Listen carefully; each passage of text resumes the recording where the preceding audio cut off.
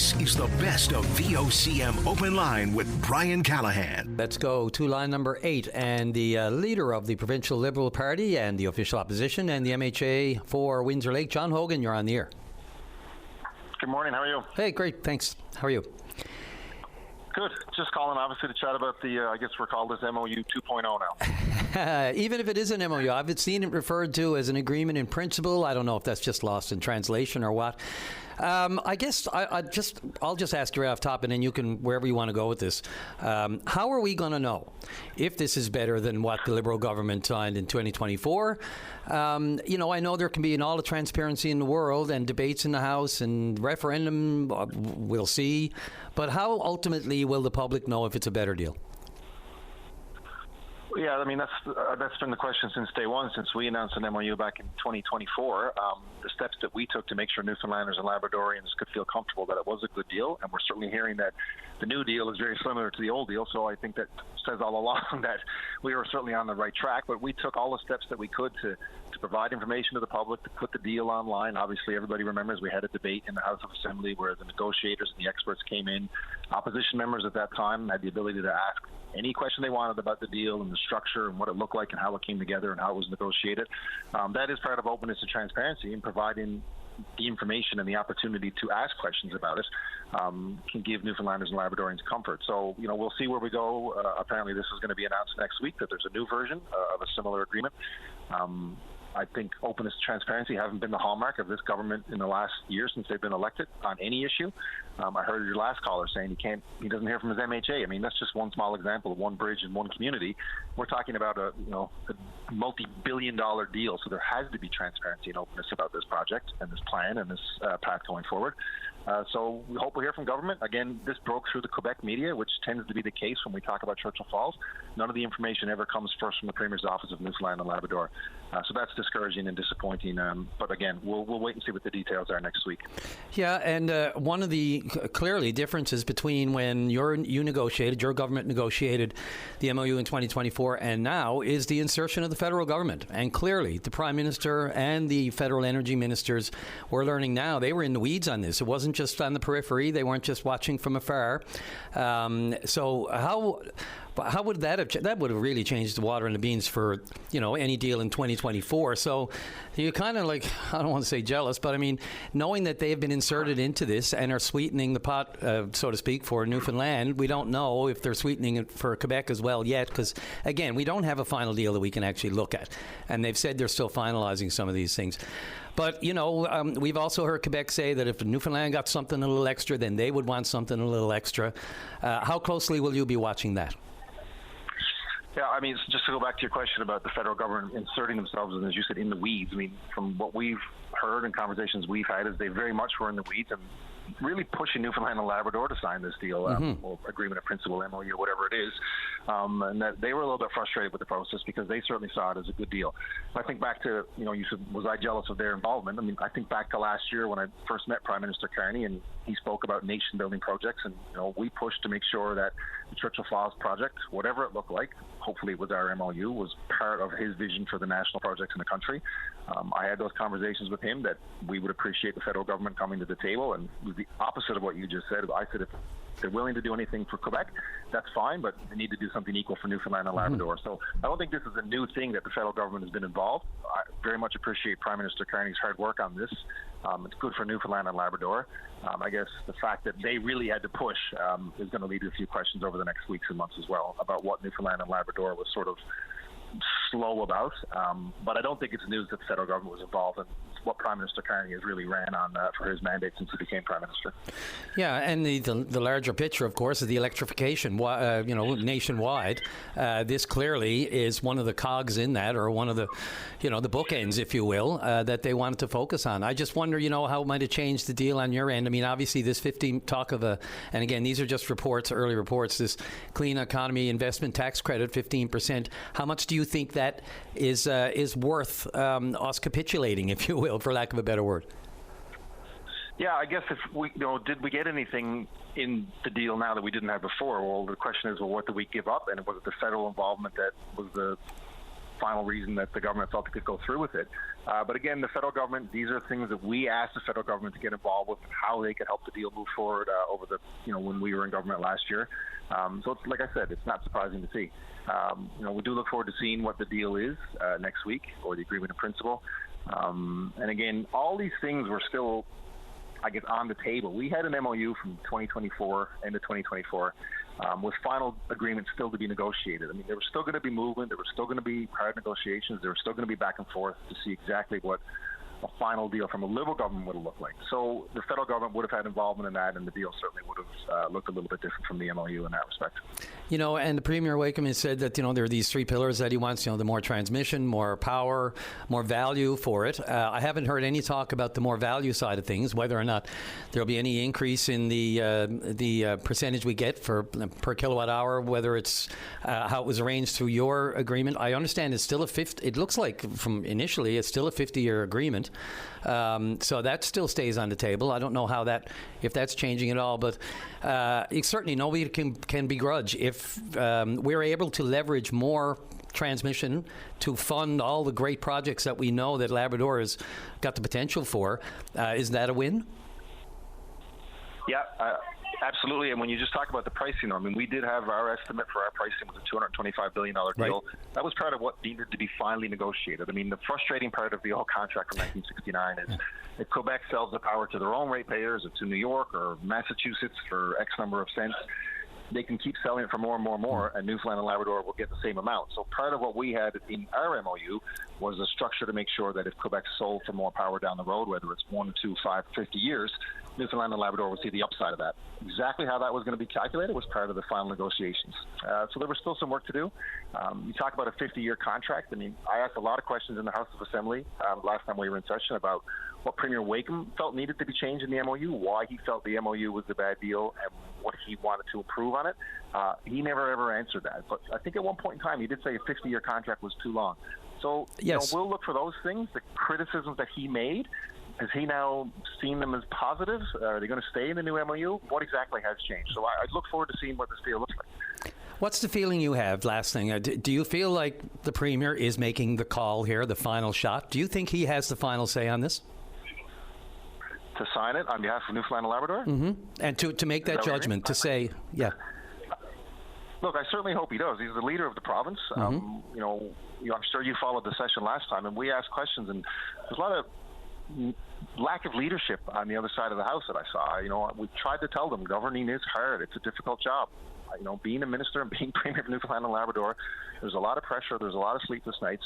But when you put your name on that ballot to take that position, you need to accept that leadership role, and you need to accept that responsibility. And signing the deal on the Churchill River it doesn't get much bigger than that for the Premier of Newfoundland and Labrador, whoever they are. I know Premier Fury felt the pressure. I felt the pressure. And I hope he's feeling the pressure in a good way, and that he is confident and comfortable and he's making the right decision. But, if he wants Newfoundlanders and Labradorians to be on side with him, he needs to be open and transparent. He needs to talk about this in the public, and his ministers need to be available as well. And we haven't seen that on any issue from this government over the past 10 months. Yep, that's been the pillars that they ran on, the openness and the transparency. And last thing, referendum. What do you think? Look, during the course of the election last year, it was a talking point that they made a lot of promises. This was a promise that they made, and Newfoundlanders and Labradorians elected this government. He made that promise. He needs to answer to that, whether he's going to keep that promise or not. Again, we asked this question numerous times in the House of Assembly and got non-answers. I'll just go back to my point. That's not leadership. John Hogan, thanks. I appreciate this. It's important that we hear from the leadership in the province, opposition and elsewhere. So I appreciate this, and we'll see how it happens if it actually rolls out next week as we expect it to. And I look forward to a chat at that time as well. Thank you for your time today. Sure. Brian, last thing I'll say, yeah. Like Newfoundlanders and Labradorians have been waiting for a deal on the Churchill River for generations. We are not going to be an opposition party to oppose for political purposes. If it's a good deal, we want to see that happen because it means so much for Newfoundlanders and Labradorians today and in future generations. Yeah, that's music to mine, and I'm sure a lot of ears. As you've heard me say, I know. Parking the politics right now, especially on the largest deal arguably in our history, rectifying a wrong, whatever you want to call it. I agree with you 100%. Thanks, John. Very appreciate it. All right. Take care. Okay. Thanks. This is the best of VOCM Open Line. Go right to line number 2? Yeah. Okay, let's go to line number 2. And Megan, you're on the air. Hi there. Hi. Thank you for taking my call. You're welcome. I am here to talk about a pretty major issue along Mary Meeting Road and Mare Avenue and Mare toward Howley Avenue Extension. I've been in that neighborhood for about 5 years now, and within the last year or so, there are literally one, if not two, major car accidents per month just along that very small strip of the center city. The last accident that happened was 2 days ago. There were two in one day. And the neighborhood gathered around. You hear the bang. You're at your, kitchen table making supper, and you run out. And together we were helping to get a man and his dog out of an overturned vehicle. The part that I'm here to speak about today, though, is, there's always neighbors lending a hand. But after this second accident in one day, I noticed that there were a good 50 or 60 of us neighbors standing around. And it wasn't to gawk or take photos. And at that point, our help wasn't needed. But it was that we are recognizing that there is something seriously wrong in that area of town to have that many accidents. And I thought, okay, I'm going to do something about this. So yesterday I handed out about 50 hand-typed letters, and I went door to door to door all along this strip, and I put my email address there, and I just said, here's an example of a letter that I'm sending to my city councillor, Ward 2, the mayor, the 4 councillors at large, and I was hoping to connect with the media, which I am now, obviously. And the response that I'm getting is huge. I think what's getting to us is school is soon approaching, and that corridor of Mare is full of students, young and old, people going to the 2 schools, Brother Rice and Holy Heart. It's a major bus route. People going to MUN, the Paul Pope Film School. When does a city step in, and based on what data, to decide you need a traffic study is where I'm getting at. How does that happen? So we're making some noise. I'm throwing it out there to your listeners who are all over the province, of course, but a lot of people are listening to you in Center City. Someone's going to die. Someone already has died in one of these accidents, and I think we need to band together and figure this out. Yeah, Megan, I live in the area, and I know exactly I know exactly what you speak of. And you throw in the Sobeys there, and that crosswalk, I don't know, labyrinth, if you want me to call it that. There, it's very close to RNC. Ironically, and you will see a lot of RNC vehicles traversing that intersection, that road on a regular basis. But there's a lot of foot traffic in that area as well. And there's a lot of bicycle traffic in that area. And very few people adhering to anything close to a Highway Traffic Act or rules. They're on the road, they're on the sidewalks. The cars are going too fast. They're not stopping at slows. They're running the yellows, they're running the reds. Even the greens. That intersection alone at Mayor and Mary Meeting. Boy, it seems like a pretty simple one, but whatever it is, the sight lines and the just devil-may-care attitude when people go through that, I know exactly what you're talking about. Absolutely. That intersection is essentially in my living room. I can look at it, the whole thing. And in my letter, I'm indicating that intersection in particular, but also down Mary at Howley, that there are regular T-bone accidents at Howley Avenue Extension and Mare Avenue. And the one we came across, 2 in one day, just the other day, as I said, I was certain that we were walking across a dead man and a dead dog. And I don't like to be, I'm not trying to exaggerate, but this is something has to change, whether it's a traffic study, speed cams, bigger stop signage. Maybe you need to cut a couple trees down that are blocking the sign. I don't know.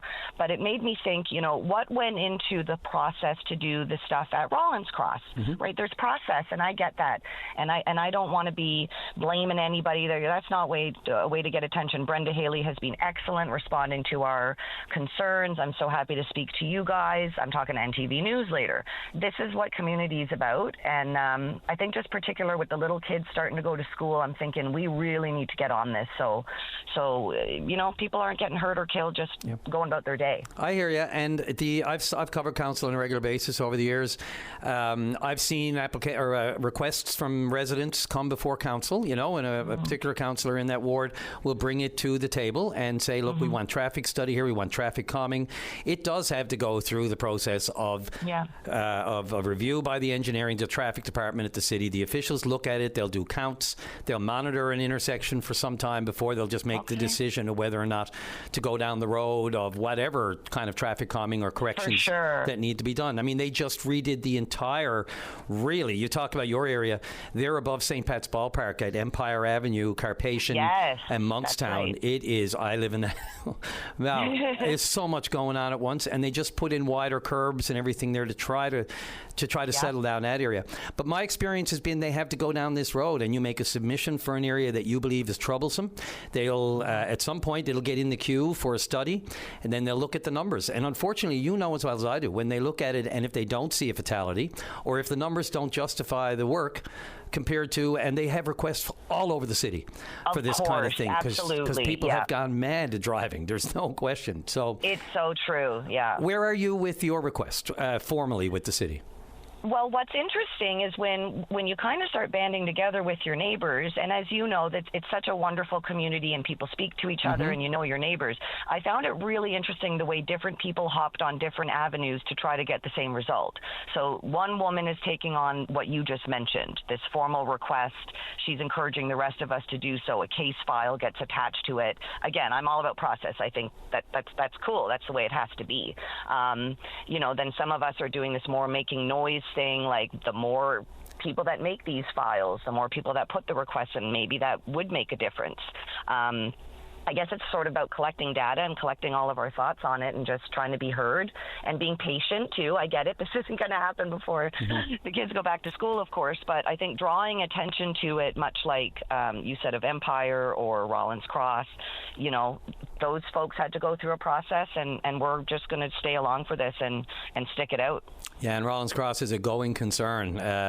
Every year there's a new change or something. And then they changed it back. Yeah, I know, and nothing's going to stop it because, again, either way, if you're going to run a yellow or red or jump one or the other, and there's a timing issue there at Rollins Cross too when they change.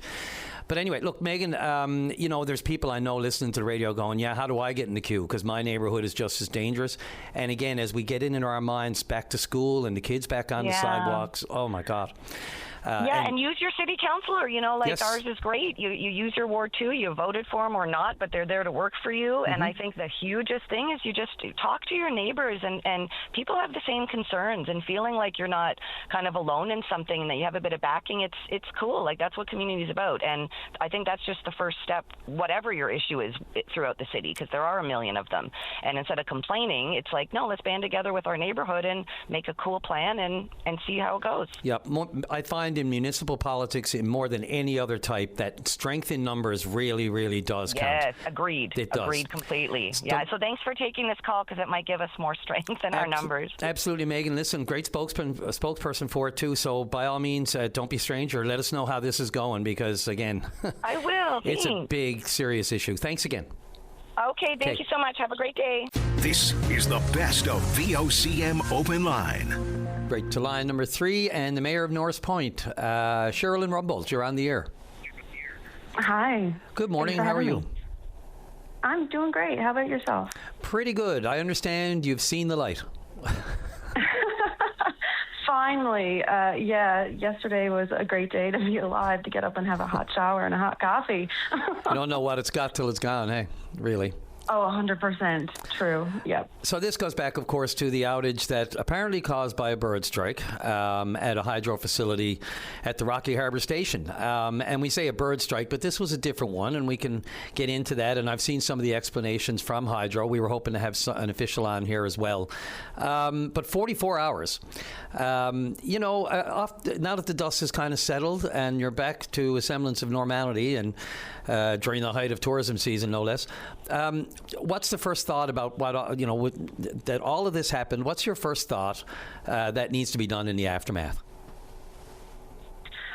Okay. I feel like we've been focused on solely like our town, the people in it, residents, visitors, making sure everyone's safe. and that cleanup is happening and that type of thing. However, in the broader scale, I think this should be a wake-up call to hydro, the lack of equipment, the lack of access, the fact that they are borrowing from NL Power, and we're really grateful for that. But the distance is really not something that is great for this area. Yeah, and I understand. So these things have happened before. These are not one-offs. They are familiar, these wildlife incidents regarding hydro infrastructure. It's not a new risk. It's just this one became a little tanglier, and I'm not getting into all I'm not going to try to pretend I understand all the machinations of a hydro station. But as I understand it, it was a little tanglier. It was much more significant. It wasn't the easiest fix in the world. And I think they have two of these portable, not generators, but portable systems these transformers that they can, that they have at their disposal. And I think there's only two of them, these portable in the province, and they had to truck one from St. John's. Did they not? Yes, they did, yeah. So that took a bit of time as opposed to just going in and making a repair. And look, this is no reflection on the workers with hydro, of course. The question is proactivity, being ready for these sorts of things, knowing that there's a risk. And they say that lessons have been learned and they'll be looking at it. What do you recommend, top of mind? So, we're hoping to see some mitigation measures put into place.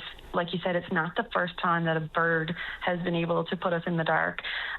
Thankfully, the destruction or the damage has been superficial most of the time, and it's been, I believe they're called bushing. So I'd like to thank Mark Turtle for reaching out. He's from Hydro, and just like kind of updating me. Again, I didn't understand the ins and outs of a lot of it that he's, gave, but I understood that there was a lot more significant internal damage that wasn't thought in the beginning. So they did think the repair was going to be fairly easy and not take as much time as it did. And then when they got into it, they realized this is going to take us some time.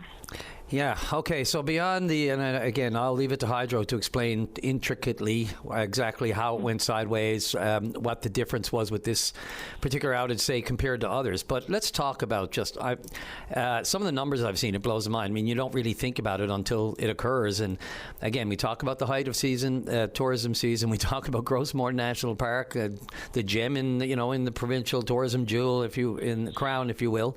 But the people affected by this, the businesses, to any extent, whether it's the staff, whether it's the tourists themselves, how do you explain it to people? And how have you been able to communicate with people in the area, say visitors and tourists, and what kind of reaction have you seen from them? I'm well with the understanding that businesses were really struggling over the last those 2 days. Accommodators had trouble flipping rooms. Cleaning laundry was almost impossible to do unless you had the proper backup generator equipment to be able to run those types of things. Restaurants, food loss, and wastage. I feel like it was probably an eye-opener to some that they really need to have these backup plans in place. We want to commend the business owners that were able to stay open, that were able to cater to residents and visitors alike.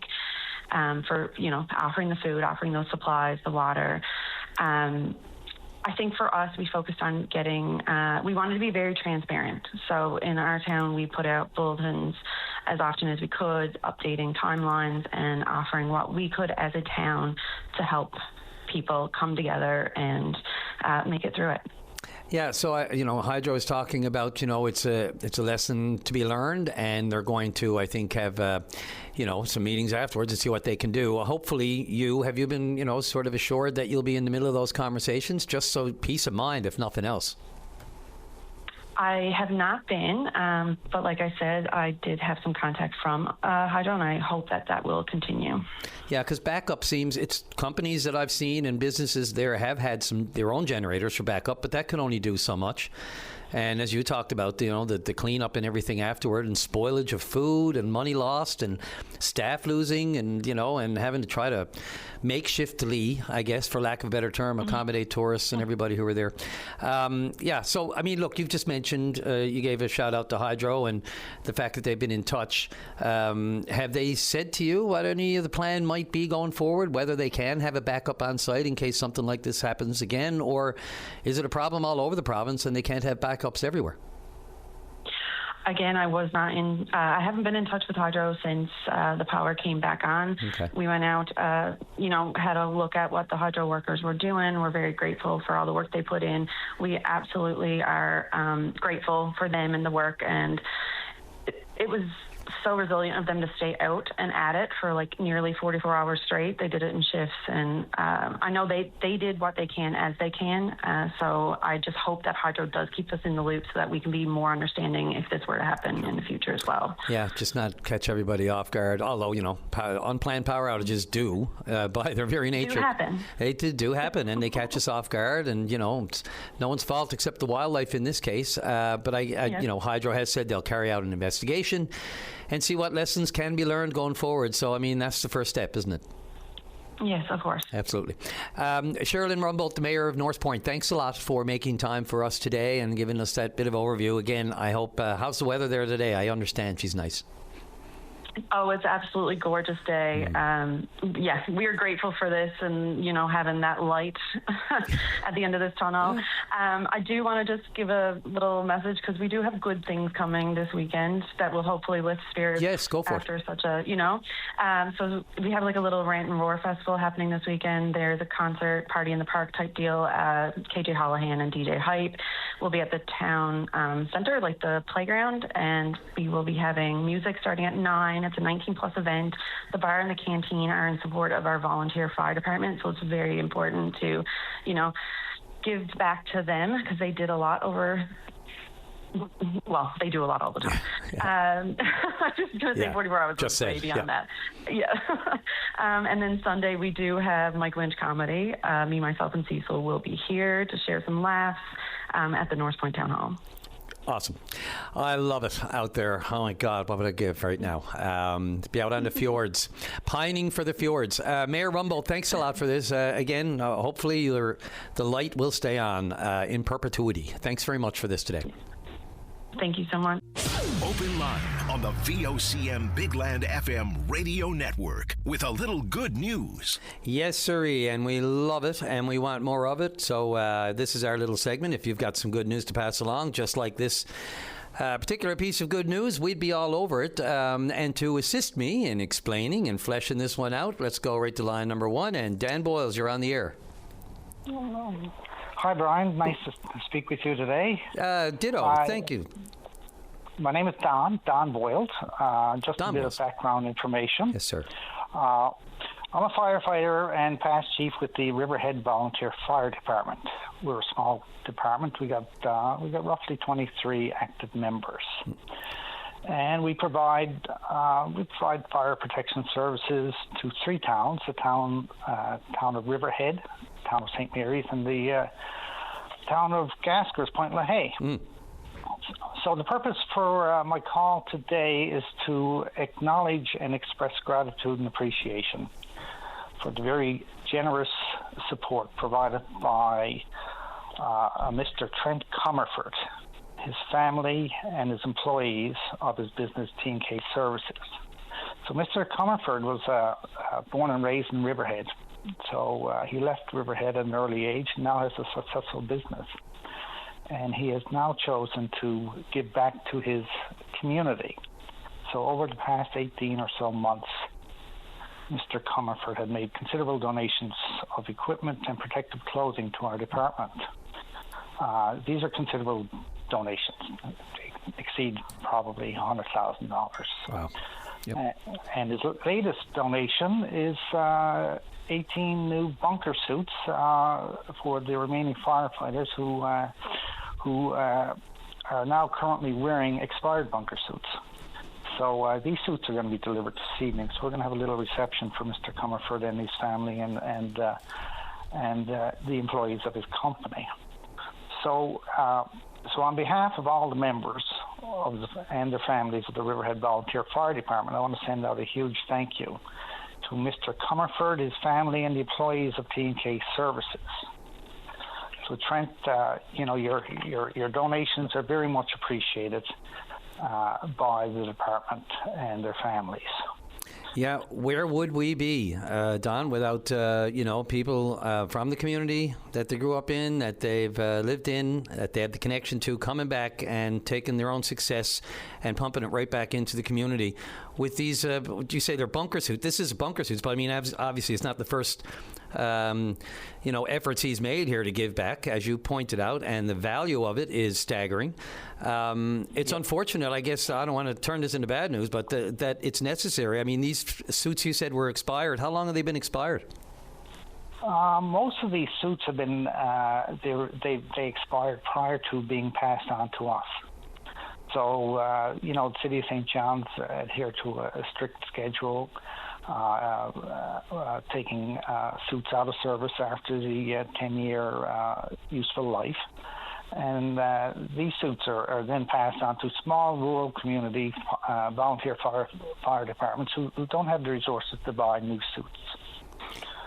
Yeah, unfortunately, that's where the province would normally come in, hey? I mean, we're talking volunteers who already give of their own time and effort beyond their regular day jobs and other family commitments and everything. I mean, when you think of volunteers, it's unfortunate that it just can't be something that it has to come from somebody, an individual, as opposed to the public purse, when we're talking about anything related to firefighting and the service, let alone, the commitment that takes. That's right. Donations to volunteer fire departments is very important. Yeah. However, it's my experience that aging and there's an aging and shrinking population in rural Newfoundland communities, and a lot of people are on fixed income, so they don't have a means to make sizable donations. And it's hard to raise money from different communities that don't have a lot of extra money to give. So as you know, it's very expensive to run a volunteer fire department, and it's hard to comply with all the international standards that are in place. Yeah. And then again, you also have many volunteer fire departments across the province trying to access all the same provincial dollars that are out there. Yeah, the efforts that may have to be made, as you said rightly so, about more rural communities having to fend for themselves in many cases. And fortunately for Riverhead St. Mary's Bay, you got a guy like Mr. Comerford who can afford to give back and wants to, and of the goodness of the heart and for the community. And if we didn't have those people in our communities, where would we be? Because it's fine to have, the grip and grin, as we used to call them, little handshakes with a check and a fire truck. But we know it goes well beyond that. And we know the province does step up from here to there. But for me, any deficiencies or anything that's lacking regarding safety and firefighting equipment, especially in this day and age, where anything can spark at any minute to change. The landscape has changed dramatically. This is just great news. So this happens tonight. You have a 7 p.m. thing? We have a reception at 7 p.m. at the town hall. Nice. And we're expecting a good turnout from our firefighters and our community to show, as a sign of appreciation to Mr. Comerford and his family and employees. Mr. Comerford said to me there just the other day that, basically, if he could help out our department, then all the businesses should be able to help out the volunteer fire departments elsewhere in the province. Absolutely. Lead by example, hey? That's exactly that, yeah. Yes. Well, Don, thanks for the good news segment. As you can appreciate, we value a call like this a lot, given everything else that's going on. So the smile, turning frowns upside down, and doing great things for our communities, rural communities especially, which can be struggling at the best of times. I appreciate the call. And, of course, we all appreciate Mr. Comerford's community, donation, if you will, or just his giving back. You can't beat it. That's right. So thank you very much for hearing me today. My pleasure to be on the show. This is the best of VOCM Open Line. Let's go right to line number 2, and Tom Badcock, you're on the air. Good morning, Brian. How are you this morning? I'm great, By. I'm telling you, I'll repeat a tired refrain already this morning. The weather is so nice, it just makes such a difference. That's all I can say, especially after all the RDF we've had the last couple of weeks, Tom. That's a fact. Brian, I was listening to a caller just a short while ago who called in. He was really depressed and saddened about the price of gas and things, as I'm sure nearly everybody in the province is. And, I feel for him, and I'm sure you did and everybody else does, because, when you go and you got to pay basically $2 a liter for fuel, it breaks your heart. But, I think a lot of people got to understand a couple of things about these oil prices and things, is that when the price of a barrel of oil goes up, there are basically only one group who has to pay for that, and that's consumers. All of us, whether we're putting diesel in our cars or gas in our cars, or we're buying groceries or clothes or any of those other things, 99% of the things that move around are as a result of gas and diesel. So our prices go up. But there are three groups of people who benefit. And the first group is the oil companies, of course. If a barrel of oil is $100 today and $101 tomorrow, that's $100. That's an extra dollar they have, okay? Their wages didn't go up, their production costs didn't go up, their shipping costs didn't go up. That's $1. The second group who benefits, of course, as in the case of, say, Newfoundland, we have and we get in this province, the government gets, and again, we all benefit from that, up to 34 cents for every dollar increase in the barrel of oil. And that benefits all of us. And the third group that benefits are people like me. I benefit because I own oil stocks. So when I see the price of oil going up, I'm overjoyed. And I know there are people out there saying or calling me all kinds of crazy names now. But, I bought Suncor Energy for $53. It's now $88. That's a 64% increase that I've made in my Suncor stocks since I bought it. And the point I'm raising here is that should I be deciding some of these things? Should some of these people who are out there deciding the prices of oil and the price of gas and all those type of things, don't you think they have conflicts of interest? They all, I'm sure, like me, have positions in oil companies. And like me, they love it when the price goes up. And yet they're out there making all these decisions about what we're going to be paying. And I think we need to look at that a little bit deeper. I should not be deciding some of these prices. And yet, and on a broad... Yes, sorry, I was going to say, and on a broader scale, I've heard people say that the provincial government's in a conflict of interest, only where they reap the benefits of the higher price of a barrel of oil, which goes to the coffers, which is good for all of us, supposedly, yet we're all getting dinged at the pump. So people have always complained to time immortal, right?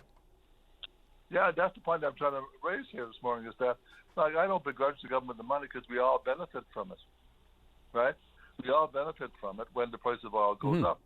But we're also all negatively affected by it because we're paying so much more at the pumps, or we're paying so much more for our groceries and clothes and all those other kind of things. So I think, when we're asking government to help out here, well, the only way government can help out, they can't affect the price of a barrel of oil. The only way they can help us, of course, is reduce the taxes on it so that we pay a little bit less. But then, so, you're in a catch-22 position when it comes to government. But I think people should be aware, if they're not already, of the fact that, there are conflicts there. And it needs to be looked at. Yes, like I say, I'm very happy. I've made $7,000 on my Suncor stock since this war began. But on the other side of the coin, I paid a lot more for my groceries, my food, and what's going in my car and everything else. Again, to keep repeating this, there's conflicts there that need to be addressed, and government should be looking at possibly, reducing some of the taxes so that we can, especially the federal government, reducing some of the taxes on these things so we get a bit of a break at the pump for the people who can't afford to invest in oil companies and all those kind of things. Yeah, and it'll tell the tale. Time will tell whether or not. I mean, the pressure on the federal government. Everybody said when they gave the break on the excise tax holiday, bringing it down to 0 cents. So basically, a 10 cent a liter break for drivers on gas, and I think it was 4 cents a liter on diesel, and that's set to expire. I think the first week of September. Of course, the criticism was if you're going to give that break. Boy, putting it back on in September is not going to go over well. It's not going to be a popular decision. So that was the position, the corner they backed themselves into, arguably. And meanwhile, the province is just holding firm on the reduction of 7.5 cents, right? Or 8 cents down to 7.5 cents a litre, arguably saving, well, however much you want to calculate on how much you drive. But there was that break as well. That the provincial government has said that they basically carried over from the Liberal government and said they would keep in place. But the pressure is certainly going to be on, and Poilievre has made no bones, and others, about the pressure on the federal government. It's going to be hard to see them reinstating it, although they said they will. Oh, well, they hope they don't, because, man, oh, man, it's crazy if they do. Anyway, I've beaten that to death. Today is my 78th birthday. Happy birthday. And thank you, and just to let you know the state of our young people, I have a 15-year-old summer student working for us at the hub. And one of the staff challenged us to a push-up thing this morning, and I beat him. So I'm saying to the young guys out there, just don't look at us as being old. We can still kick your asses, most of you guys. So was it a one-arm push-up, Tom?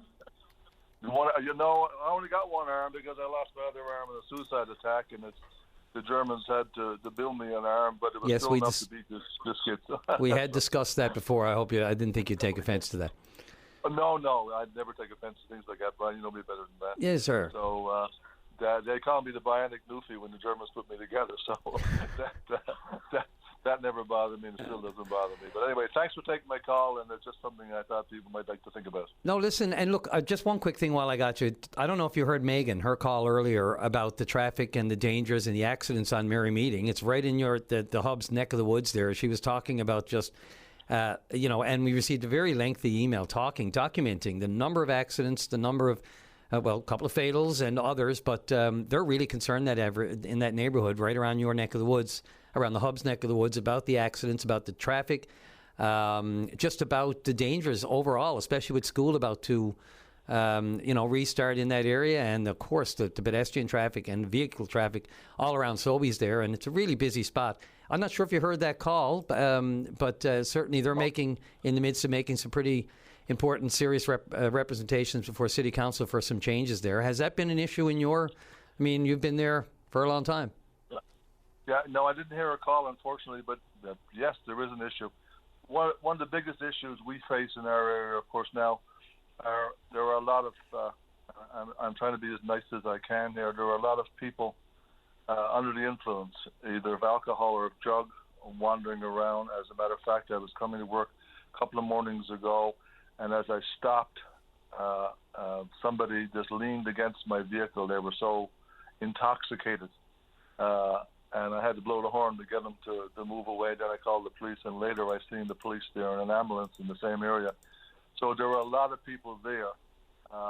And right now, with all the construction that's going on in the Freshwater Road area up there, the downtown, or not the downtown, the center of the town where we are, is getting quite crowded. And so it needs addressing, both for that issue and for the traffic issue. So I think she raised a good point, having not even heard it, but from what you've said about it. So.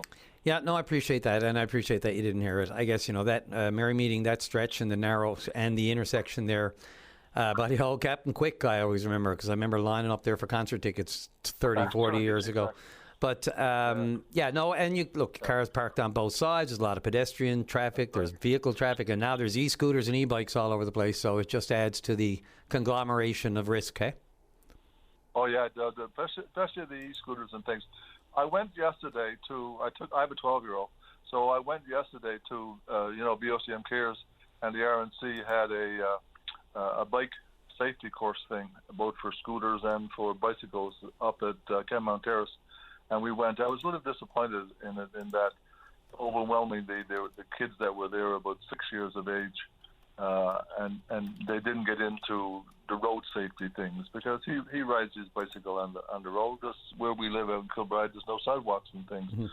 But yeah, it's as you know as well as I do. Anybody that drives around the city with the e-scooters and things, it's a problem. But the problem is not only the e-scooters and things; it's the drivers and things. You know, it's like a school bus. You got to be so careful around these people. And yeah, they break the rules and they do crazy things, but that's no reason to be aggressive towards them. You know, let them make their stupid mistakes and make a roar at them if you have a chance. But my God, don't be aggressive, because when you're looking at a 2-ton vehicle against a 50-pound scooter, the 2-ton vehicle is always going to win. Mm-hmm. And I know if I hit one of them, it'll break my heart. You know, so I'm super careful around them. Yep. And we do need a course, and we do need to do some things like we did in Nova Scotia with the 14-year-old. My son is 12 and he has a scooter, and I wouldn't object to the fact that the province come up with a law that says they had to be 14 to use them, because I won't let him use his on the road anymore. Even though I feel he's pretty good, I'm just scared some of the drivers being too aggressive. I think this is a big concern for everybody. I highly doubt it'll take much time to get this to the floor of the House of Assembly in the fall and get it dealt with. This is, there's, again, talk about removing politics. This is one for all of us. I didn't do that on purpose, the all of us, but it is one for all of us, and I hope they get right to it. Toot sweet. Thanks, Tom. Yeah. Thank you, buddy. This is the best of VOCM Open Line with Brian Callahan. Let's head on over to line number one and welcome to the program the leader of the Provincial New Democratic Party and MHA for St. John Centre, Jim Dinn. You're on the air. Hi, Brian. Thank you for having me on. Our pleasure. What's on your mind today? What could it be, possibly? Let me see. I'll start with the recent announcement in the press about a possible Churchill Falls MOU, mm-hmm. And I guess I'll start with that. The fact is that we learn about this from a newspaper in another province. That's the first thing, and I'll start. The other thing I'll say in relation to that we, as the NDP here, we have always urged transparency in this and demanded it, and basically ensure that that whatever deal is signed is the best one, financially, fiscally, economically, for the province. And I will say this, Brian, it's starting with why we call for an independent review in the beginning, is that both parties have only made it murkier in many ways. They haven't exactly contributed to transparency. And I would say the PCs recently, they wasted so much time politically playing politics. I don't know if indeed what they promised was what they planned to live up to. Keep in mind, they made a number of things. The best, that whatever deal is signed is going to be in the best interest of Newfoundland. They were opposed to a 50-year deal. They seem to want to have more access to Gull Island, a greater percentage of the power, of revenue, the ability to wheel power through Quebec, jobs, and they were also promising a referendum on this. And that was a part of a key promise. And I can't help but wasting time is sort of jam them up to the point where what we're asking is who's driving the bus on this? Is it the Quebec electoral process that now they've got to have a deal signed? Is it the Prime Minister who's has his own political agenda that he wants this deal signed? Is it Michael Sabia, who's the clerk of the Privy Council, but also the former CEO of Hydro-Quebec, who's pushing this deal? And the question too is, well, has this government been outplayed? I don't know. But there are an awful lot of questions that we want answered, and one of the things I'm doing this morning is I will be, and I'll say it on your show right now, and that I'll be writing the Premier about, is that we would like to have a separate or an independent or a debate on this next week or the week after following whatever deal is signed. I think that in the House of Assembly, similar to the one we had in 2025 on the original Churchill Falls MOU, to answer these questions and others, to possibly replace a referendum, because I'm getting the feeling that the Premier is not going to live up to that promise, and more importantly, I guess, to ask the questions that we wanted to ask of the independent review committee and the experts to on this deal, and then put it to a vote and go ahead with it if he wants. But I think at the very least the public is in need of answers to some and all of these questions for sure. I'm a little bit frustrated starting out with the fact of how this came about, and the lack of transparency around it, and a lot of unanswered questions. And I'm sure, like their predecessors, there will be a spin put on this. And are we heading down the same path that we've had down with other hydro deals? There's all those questions and more, Jim. I mean, I guess it comes down to the urgency of Quebec here. I mean, as I've said, are we using that leverage? Because, it's not like we have an election in the offing. And part of the reason, I guess, the Wacom government has said, we can take it or leave it at this point is they've said, what's our hurry? But it looks like they are close. And the question will be, to what extent it has to be a final? Like, what are we talking about? Are we talking about another MOU? Are we talking about something a little more final that the Premier of Quebec would have to show out to the electorate as they head to the polls? There are so many still questions, and of course the big one being Prime Minister Carney, and whether or not if they're making allowances with this 15% clean energy reimbursable tax credit, then, and we've heard Quebec say this in no uncertain terms, if the deal is sweetened for Newfoundland, then they're going to want their side of it sweetened as well, whether that's more power, whether it's more transmission, whether it's whatever it is. I just don't know. I mean, who knows what's going on behind the scenes there? But, yeah. No, I would agree. Look, there was a lot of tough talk from this government during the debate on the MOU and since then. There's a lot of tough talk about how we can't be signing into another 50-year deal. We can't have a repeat, so on and so forth. There's also been a little talk from this government, I think, in terms of of a renewable. We brought up the whole notion. When renewables, and we were told by the minister, I think Minister Parrott at the time, well, it wouldn't work really for Labrador. Now all of a sudden we have wind as part of the deal. But I know when we met with the minister, I think of Environment a couple of weeks ago, there was no evidence that this government had any plans with regards to renewables or energy other than oil. So I guess there are a lot of unanswered questions here, and one that I think we, as in the opposition, deserve to be able to ask, and also I guess the people of the province should be able to hear that in the debate, and at least have that airing there like we did 2 years, I can believe it, a year and a half or so ago, and have those questions answered. Again, if it's in the best interest, if it makes financial sense and physically, economic sense, then it works. But the other part of it is that like we look at not only to Newfoundland but Labrador, but also not only to Newfoundland but also to Labrador West, and their ability to develop not only industry but also build houses, so on and so forth.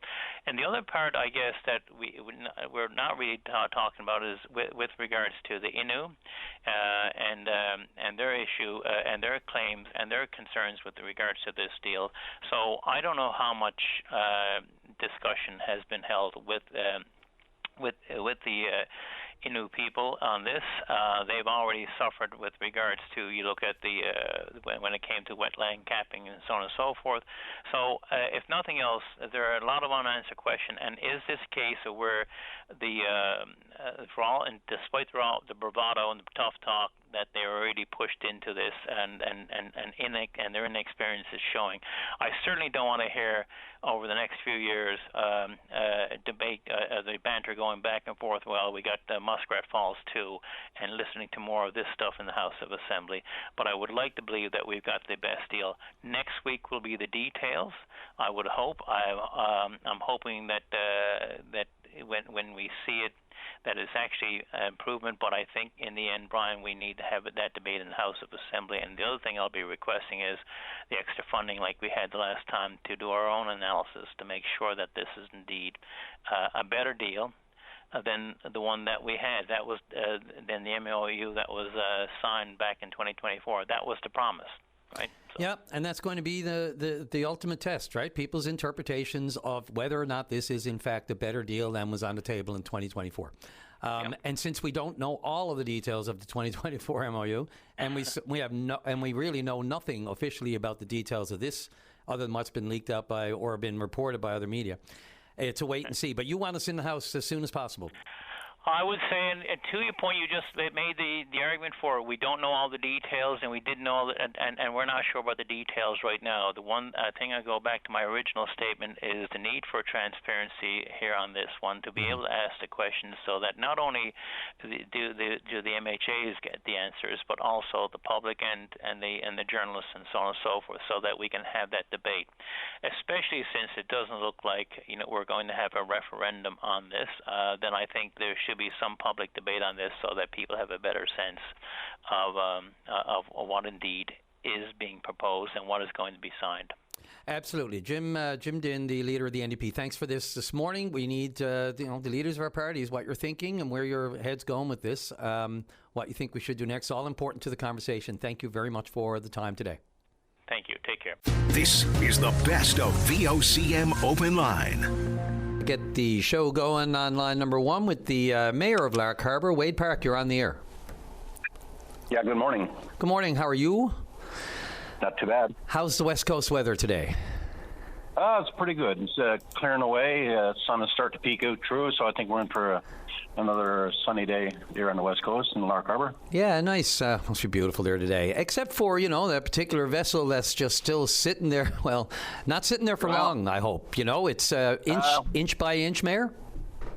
Yes. It's been there since February of 25, for sure. Valentine's Day, I think. Was it the day after Valentine's Day, I remember? Yes. Yeah.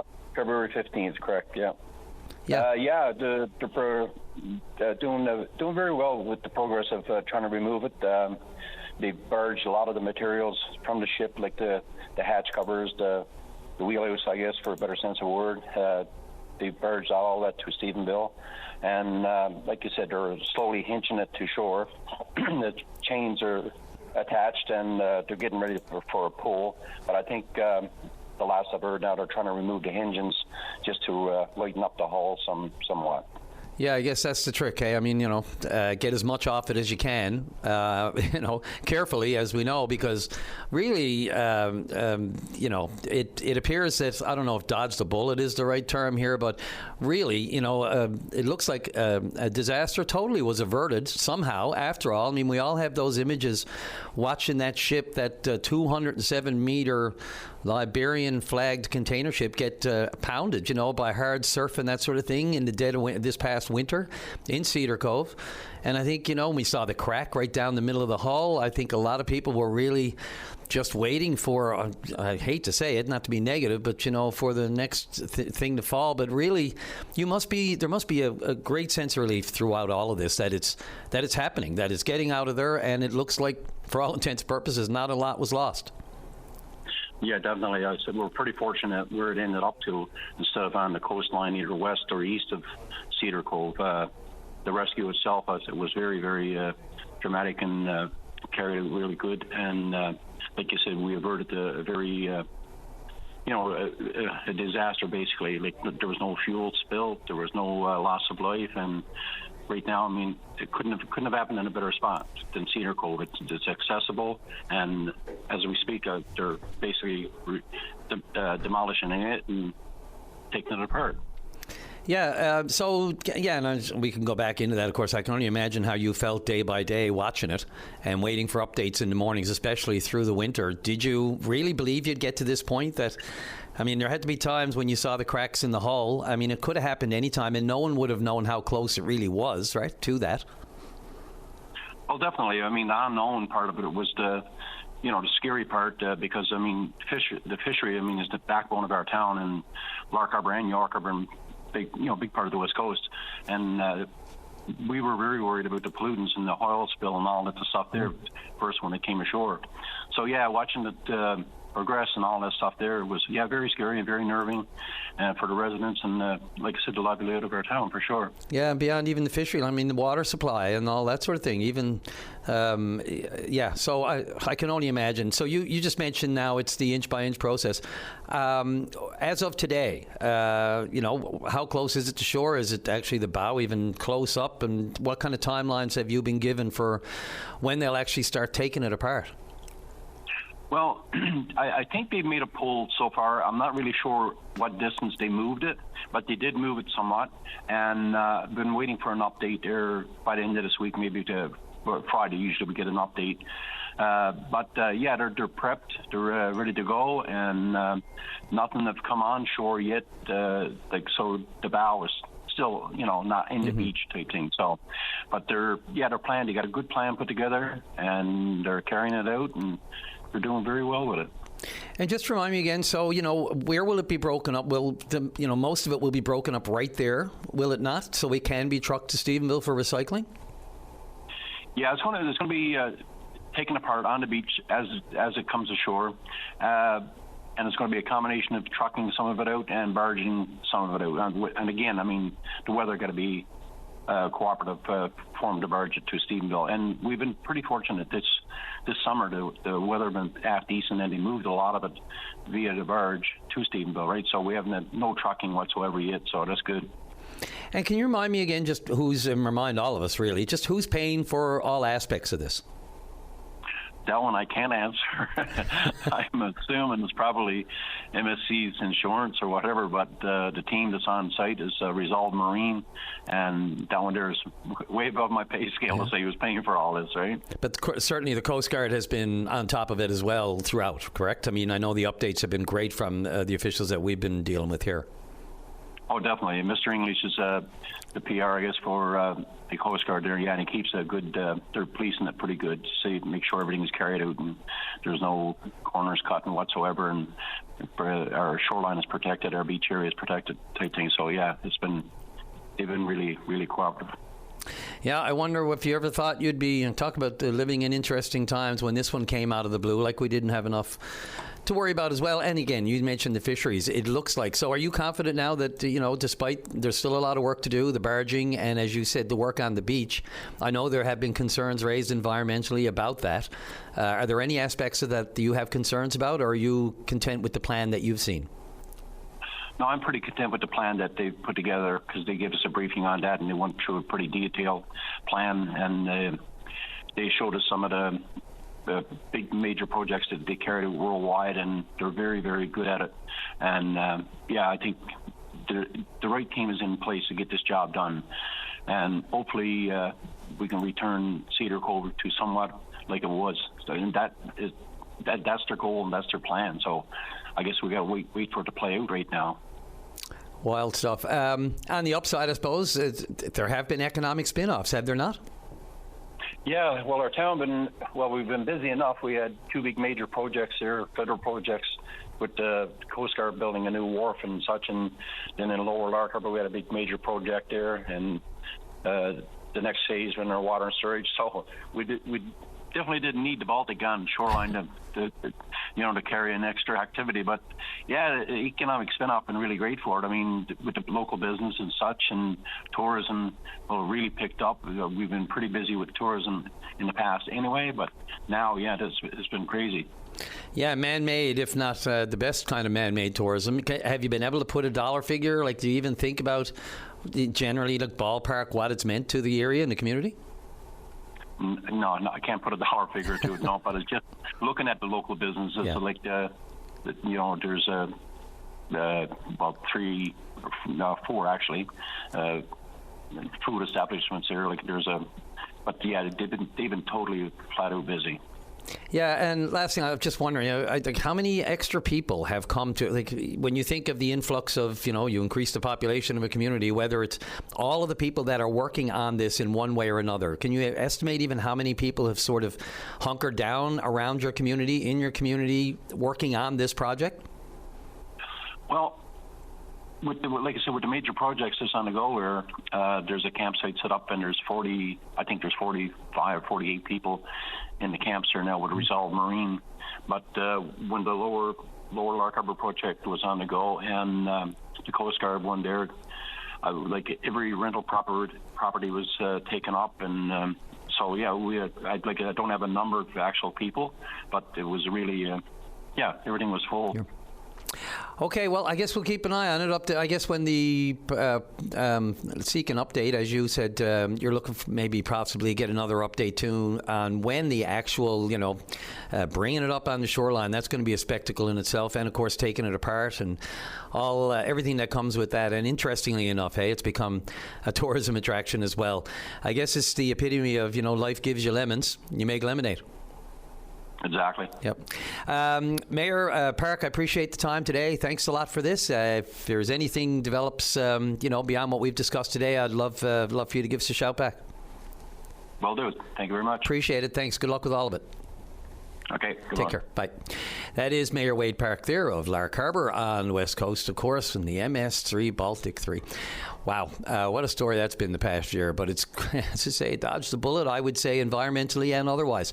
Let's take our break of the morning. Let's go to take that break. And when we come back, some discussion on home care and Eastern Health after the break. This is the best of VOCM Open Line. Line number 2, and John, you're on the air. Good morning, sir. How are you this morning? Excellent. Thanks. The sun is out. No drizzle and fog this morning. It's amazing. It does a body good. And a brain. Well, yeah, it's amazing to a point, I guess. It is beautiful weather there. But I just wonder, boy, boy, oh boy, I wonder how many wallets are being fattened by either the oil companies or the governments aware with the price of our gas the way it is today. I mean, we're paying just about $1.96.8 at the pumps for a liter of gas. As far as that goes, I mean, that's well over $100 barrel oil, and somebody's making big monies, and those whose wallet is getting thin, that's the ordinary person who's paying for all this. Their wallet is getting much thinner by the day. Not being able to afford to get this, afford to get that. Well, how can you? With the prices soaring up and down this is a public utility board, which I believe firmly that it's not a public utility board because they're not there for the public. They're there for the oil companies and the governments. They're not there for me or you. When they jump in, as soon as ever the price goes up on the market, they jump in right away. Bingo, bingo, bingo. Up goes the price. Whatever she can go soar rocket then. But you don't hear them opening up their traps when they goes around and the price drops down. It never, ever, ever gets back to what it was before they put it up. So all that money is being kept by somebody, and it's not being kept by the ordinary citizens. It's being kept by some big wallet somewhere. So they're not a public utilities board. I just sooner see the government abolish them, far the works of them, get them out of it, because they're not there for the public's for any interest of the public whatsoever. That's a common. Not in my view. It's a common sentiment, John, that it goes up a lot more than it goes down, and that it's not balanced out, and that it answered all your questions is money, and we're talking oil companies and governments. Sorry. They're making billions. They're making billions, and you got more people going to the food banks. Like, how is that right in anybody's eyes? Why isn't our government of Newfoundland stepping in and cutting back on and take the Newfoundland tax off it altogether and get it out of the way? You wait now till September rolls in, and Merritt County jumps back in there and jumps up with the carbon tax again. That's gonna be another 10 to 20 cents jump on the price. The people, there's only so much, I figure there's only so much more that people's going to be able to put up with, and then there's going to be a revolt. I don't know how come they're not revolting now. I don't understand why people is not turning over tables and beating out windows in the Confederation building now, to be quite honest. Well, I'm glad they're not doing that, I will say right away. I know, but is that what they're going to have to come down to for these people that you elect in office to represent you and try and help take care of you in a way? And is that what it got to come down to prove a point to them that okay, boys, you're taking too much from me. I can't even live here now no more. I just can't live. I have to say, it should never come to that. Violence, civil unrest when it comes to this. The frustration is real. If your government's not... listen, I know, and look, it's easy for me to say, it's easy for people to say, but we just can't get there. We cannot go there because the violence and that sort of thing we've seen around the world, it can't become normalized. It just can't. So that's the first thing, and I understand the frustration, but when it comes to civil unrest, violence, damaging, vandalism, all that kind of thing, that's not getting us anywhere. It regresses humanity overall. I will say, look, the provincial government has talked about affordability issues. But there's been little said since then, more than a month ago, when the Finance Minister floated that in the lobby of Confederation Building. What those affordability measures mean, I don't know. We're told they're going to keep the 7.5 off, keep it at 7.5. We're going to not put that back on, what the Liberals put, the reduction in the gas tax here. The excise tax, the federal government is under increasing pressure, especially from the opposition, from Pierre Poilievre and others, to not reintroduce that 10 cents. And so that would be, again, when that was put in place, every pundit and every observer at the time said the only problem with doing that is if you're going to take it back off, it's going to be impossible to do it. You can't imagine laying that back on the public come this fall. Oh, no, not now with the way everything is. I mean, like I say, you have the increase of people that got to go to food banks just to get a bit of food to eat and just to be able to survive and everything else. And I mean, that's with all the costs. Every time you turn around, you go anywhere, and it's up, not going down. It's going up. But the only thing that don't go up is your paychecks. Yeah, paychecks don't move. They only move a little bit. No, absolutely. It's not keeping pace, is it at all, John? No, it's not keeping pace. That is not getting there whatsoever, and it seems like the government just keeps on throwing money out there, but it never seems to get to everybody's pockets. It gets to a few, never gets to everybody's pockets. And not everybody gets what they throw out there. Not everybody get it. Yeah, I'd be curious. Yep, sorry. And I mean, and I'm one of them that don't get it. Anytime the government comes out with anything, I don't get it. I'm too rich. I make too much money. But shit. Wow. Yeah. Right. Okay. Maybe in their minds. Yeah. Luxury. Got servants around me every day.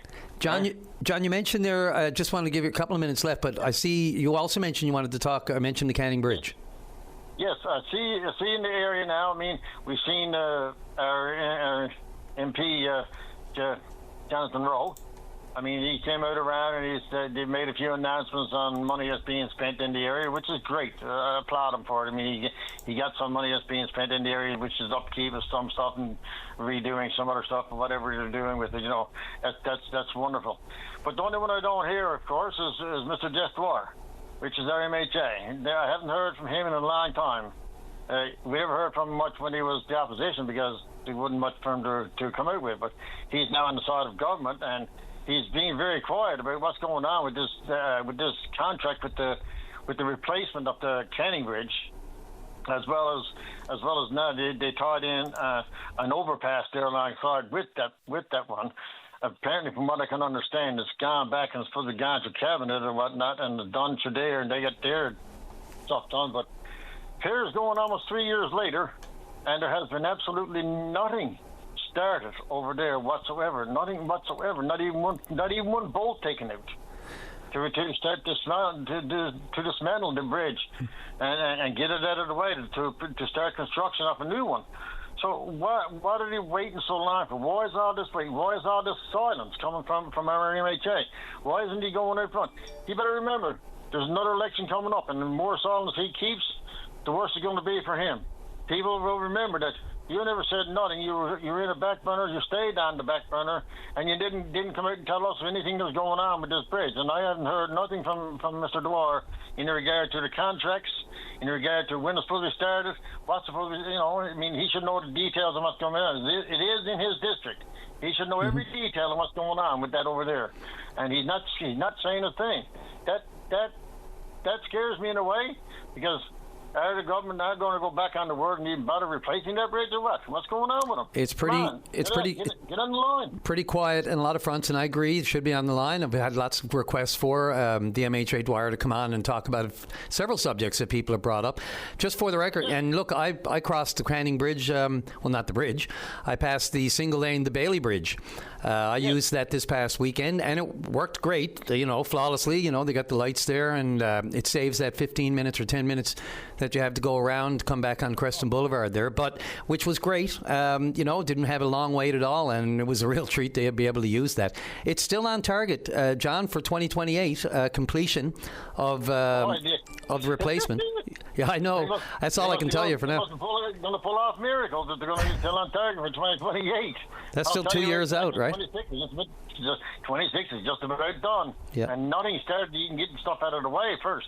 Yeah. Now they got to get out of the way first before they even start construction on another one. I'm no bridge engineer. I can't speak directly to it, but the call is made again for MHA Dwyer to give us any information or updates that he has on any changes to that timeline for sure. Yeah. You said you went across that Bailey Bridge and a very short time waiting. Now that's great. It's wonderful. That's nice. It's really, really nice. But the only problem that a lot of people have with that is that you get people on there that probably the first fellow up at the lights, he decides he's going to lollygag or be very, very, very slow going across that bridge, and then other people on the back side, then when they're coming out, the people on this side seeing a green light, and you got 4 or 5 more cars still coming off the bridge. Yeah. They're saying, look, they run a red light, but actually they didn't run the red light. It was because the first one or the second or third one, whatever, was decided that they're going to do a sightseeing on the way along. I think you should put a speed limit. Like, there's no trouble on that bridge for you to do the speed limit. I'm after going across there dozens of times, and it's not a problem whatsoever. Yeah. The road was built that way for you to be able to do it that way. I wish the people would actually speed up and do it. Yeah, I hesitate to ask anyone to speed up these days. We got enough problem with speeding vehicles, but I love that. Well, if you're only going 10 or 15 and 20, I think you can tell them to speed up then. Yeah, well, we'll have to rein in them lollygaggers. That's a great one. I haven't heard that one in a long time. Thanks, John. You have a great day. You too. Thanks for the call. Take care. All right, bye-bye. Good one. MHA Dwyer, anytime. He's free to call just like everybody else. This is the best of VOCM Open Line. We'll go to line number 1, and Bill, you're on the air. Yes, how's it going? Hey, good. How are you? I was just putting a few licks of paint on the... listen, I'm just going to... Can you hear me now? Yeah, you're all good. Good day to put a lick. Good day to put a lick of paint. Yep. Paint, yeah, it was that time of year, right? Yeah. But it was about rules, right? I think this morning, I think what prompted me to call was you said rules are meant to be broken. So an old saying. Yeah, well, I don't agree with that. No, my God, neither do I. Who wants... Ultimately, no, but we know it happens, right? Yeah, of course, it does happen, and there's penalties involved and stuff like that. But when you make a comment like that, it sounds a little flippant, and it's a kind of like it almost equivocates. It gives people excuse. Well, rules are meant to be broken, no problem. I can, and the one rule there's lots of rules of the road that rules of the road are, for a lot of people, are life and death. I mean, it's like if someone's cutting you off at 110 or 120 kilometers an hour, or you get tailgated at those speeds, it could be, it's very serious stuff. Absolutely. And so the rule of the road in our highways right now, as passed in our legislation, that our speed limit is no more than 100. Okay. Mm-hmm. But we on highways, know, well, freeways, yeah. Right? Yeah. So freeways are divided highways that have. Do we call them freeways? That's not really in our lexicon, hey? So let's just call it what it is. I mean, we're talking about the highway as opposed to urban setting. Yeah, well, I mean, let's talk. If it's the lexicon or the language or the terms or the classifications is, we got freeways. We got our from St. John's to Whitburn is a freeway. It's a divided highway. It has grade separation, it has controlled access. That's the definition. That is that's a highway engineering term. Is that's a freeway, and so we have the Outer Ring Road is a freeway. It's in an urban environment. Has a lot of volume on it. And there's a lot of cars, and there's a lot of interchanges within short distances. Makes that one. And this is not my definition. This is the Transportation Association of Canada says that's an urban freeway. Mm-hmm. And the highway, say, between Paddy's Pond and Whitburn is a rural freeway. It has interchanges that are farther spaced than the Outer Ring Road, so it is less traffic volumes. And so the Outer Ring Road has overhead signage declares lane usage and stuff like that, and both lanes are meant to be used. And this keep right except the pass only applies in passing lane situations on the highway.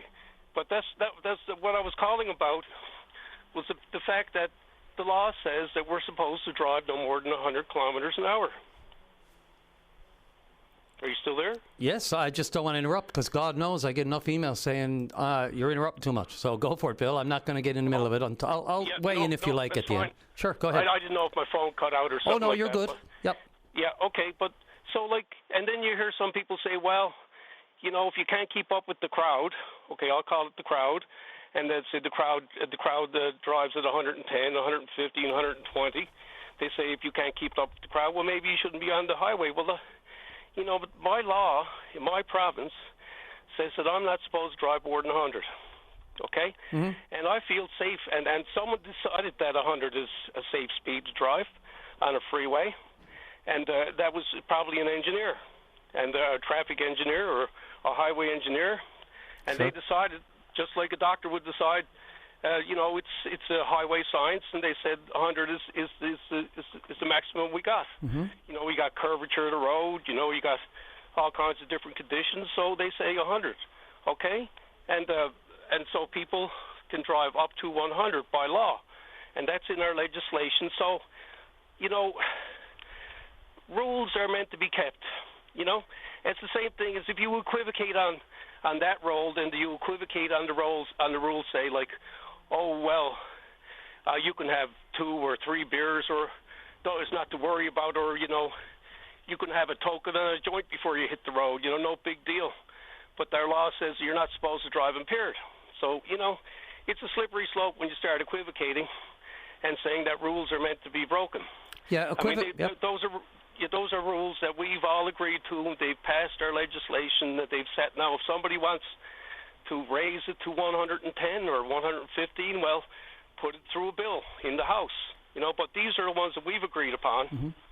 And and the mob now, or people feel, that they should be able to go because they have a real good car, or, the car performs well and all this stuff, and they feel that they should be able to do 110 or 115, and someone's in front of them doing 100, they're tailgating them, and they're complaining about them. Mm-hmm. And they're saying that maybe you shouldn't be on the road if you can't keep up with us. And that's wrong, right? That's absolutely wrong. 100 is the limit. Yeah. There's no equivocation about that.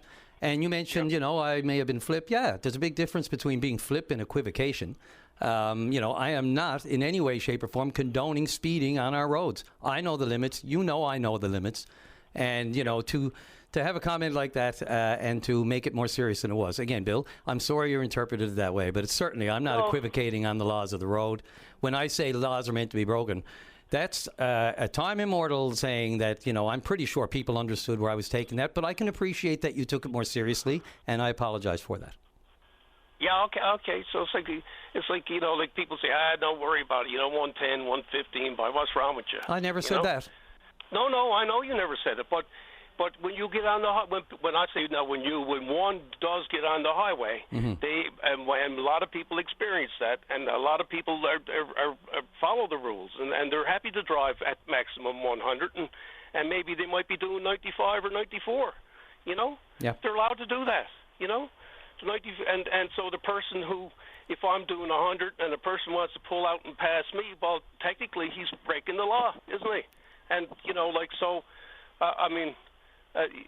and then so like everyone's, if they're out on the outer ring road, they say, oh, the left lane is a passing lane, and all that means is that everyone that wants to go over 100 is jumping out there, and they feel they're allowed to do that, and they think that's a fast lane, and that's wrong too, because there is no fast lane. They're just two driving lanes. But anyway, that's my rant for. I haven't been on for a while. But, it's okay. No, listen. Yeah, and I want to be safe on the highway, and I want my friends and my family and everybody to be safe on the highway. And I'm concerned, and I don't like to hear about people getting hurt. And we got laws, and so if we follow the laws that we got, and the police enforce the laws, and not let people away with 115 or 120, when they're equivocating, and I've heard that too. And so we have our law, and someone decided that was a safe speed.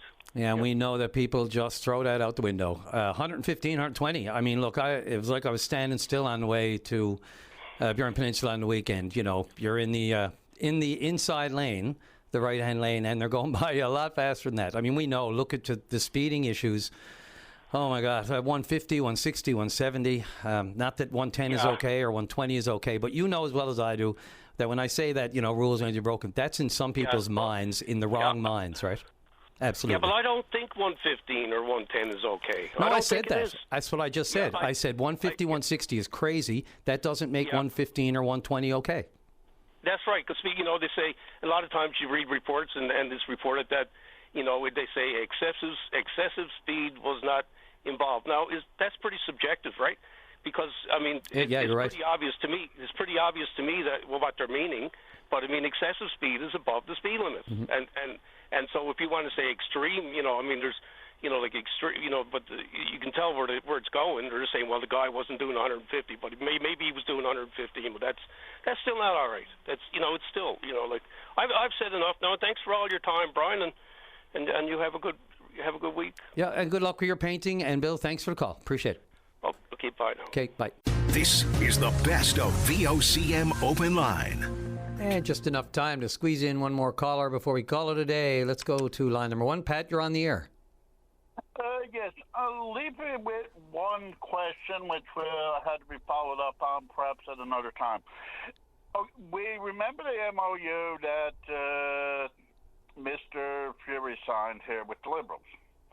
The PC's foreign power, that got renegotiated or is in the process of trying to form a new MOU. In this instance, Quebec is the one that the current government is very, very unlikely going to win and continue, holding government. So what is the status? Is all of this of a negotiation and whatever, an announcement by Quebec last night? Does all of this mean anything? Well, that's the million-dollar question, isn't it, Pat? First of all, we don't know what we're talking about here. Is this an MOU? Is it an agreement in principle? Is it going to be something that's turned around quick and doesn't get to the House of Assembly or before a referendum? And you're right. I mean, look, clearly the pressure of the timing is all in Quebec's corner right now. So, as I said earlier, it'd be nice to know that, that's leverage, on our end. I mean, is time of the essence for them or us, right? Exactly, and I mean, if it's timing, and so forget, an MOU, they want to get this, they want to the definitive agreement and everything signed, well, then Tony Wakeham is not going to win his next election because he has suddenly violated something he campaigns heavily on. This is going to the public for a vote before a definitive agreement is signed. So none of this makes any sense. Well, it doesn't in the sense of, it doesn't make sense because we don't have all the information around it. Again, we have... Exactly, and that's another thing Tony Wakeham, campaigned on, clearing. I'm not saying now, I'm coming out saying like I'm against the PCs, unfortunately, which is not the case. But I'm just being the devil's advocate here. Yeah. But no. I mean, they campaigned also on transparency, and we're not getting no transparency. No, and I mean, look, how much transparency can you have? It's a fair question at this point when they're obviously at the down to the nitty gritty. I agree. I agree with you there. Anyway, from what I've found out about the deal so far, there's only one thing that I can say. I'm sure there's other things and all these Uncle Gnarlies and all, and I will totally agree with what their findings are when we do learn something. But right now, there's one thing I think these other pundits will agree with me. This is a 50-year deal that is too long. That's my big complaint about this so far. Yeah, and you're not in the minority there. I'm receiving the same kind of comments. I think there was some criticism of it being a 50-year deal, the MOU that the Liberals signed. If it still comes out as a 50... This new one is still a 50-year deal. I found that much information out. Beyond that, I don't know nothing. Yeah, and nothing's for sure. Nothing's guaranteed. Only the fact that there's been nothing denied. These reports have not been denied. There is one more, but there's no explanation of this yet. Exactly. They say the deal was made. This came out of the Quebec media again last night. The Quebec media said a deal has been formalized based on the fact that we are now able to increase generating capacity, and that will mean more reserve power is available to Newfoundland. Yeah, and I'd like to... Now, what that means, I have no idea. Exactly, Pat, and only because it's right at 12. Look, I'm more than welcome. I'm sorry that it's been a... Exactly. David just asked me to get on for the last 5 minutes. I'm more than willing to do it. Yeah.